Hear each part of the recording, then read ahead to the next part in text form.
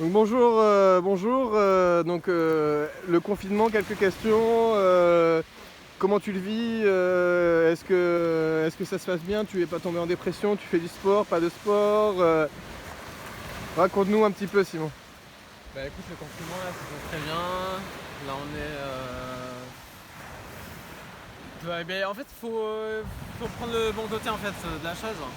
C'est-à-dire, il faut essayer de se retrouver, faire du sport comme tu as dit, Ouais, profiter du paysage, etc. Bon, certes, on peut pas se baigner, ouais. mais Paysage magnifique quand même, ça paysage reste, magnifique. ça reste agréable quand même.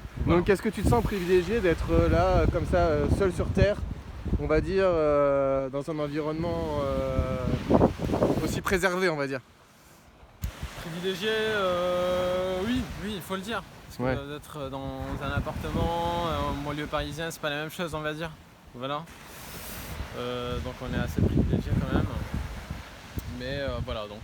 Ça te permet de te recentrer au niveau de tes amours, de ton travail, de l'entretien de toi-même. Je sais que tu prêtes attention à ça, que tu fais attention à ton physique, à ta santé. Voilà, je fais quelques pompes.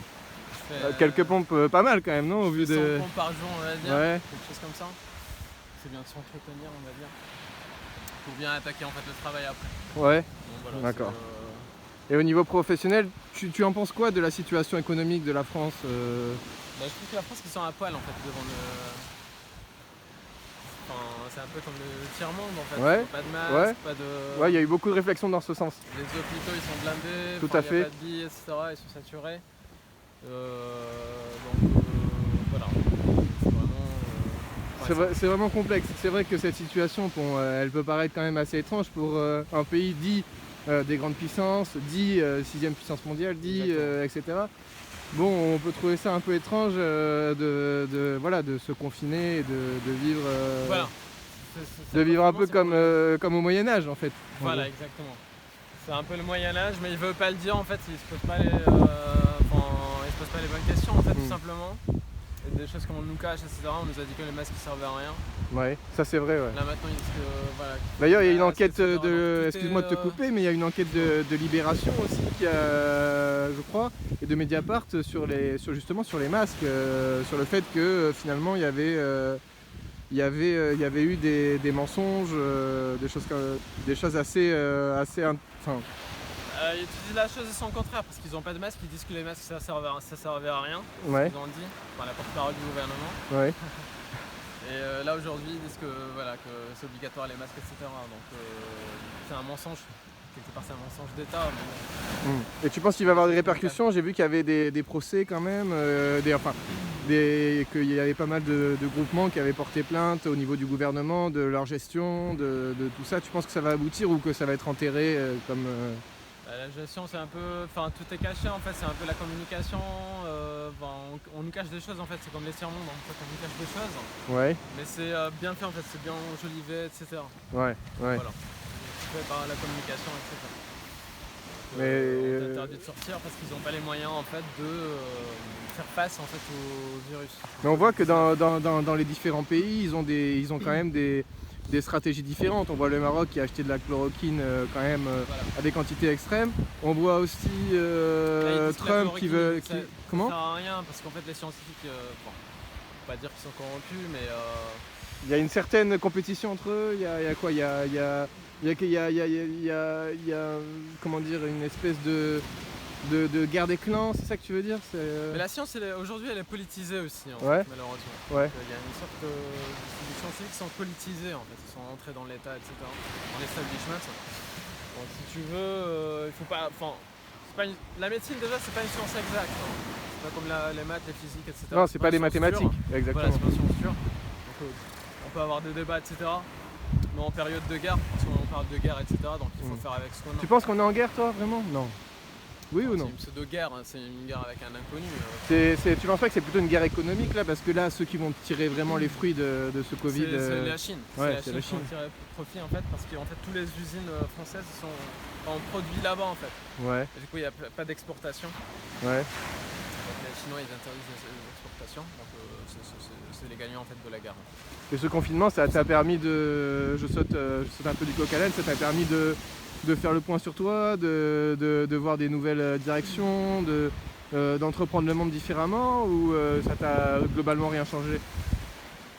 En fait, ça te permet de te poser les bonnes questions, en fait, de te retrouver avec toi-même.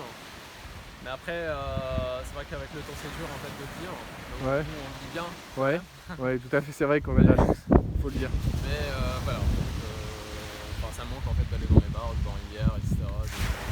Ouais. De retrouver mes amis.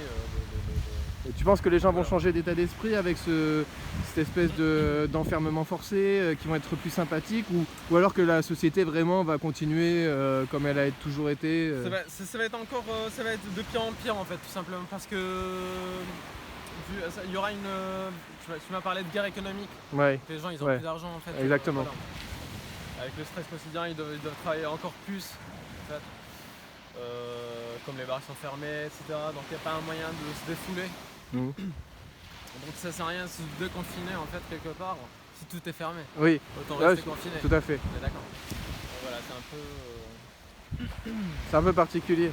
C'est particulier parce qu'en fait on est déconfiné mais il n'y a rien en fait, tout est fermé. Et là j'ai vu qu'ils avaient annoncé des records au niveau de chômage, au niveau des dettes publiques.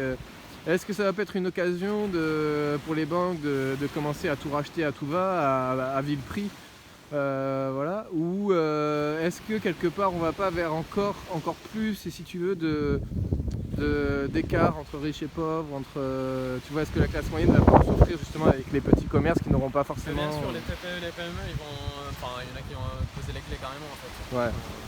abandonner. Il y a des licenciements, etc.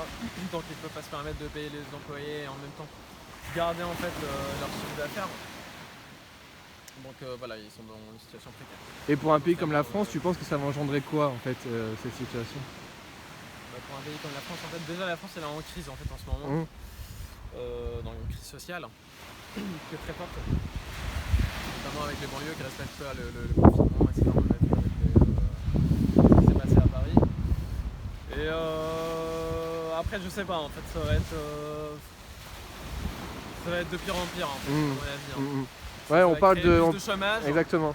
plus de tensions sociales.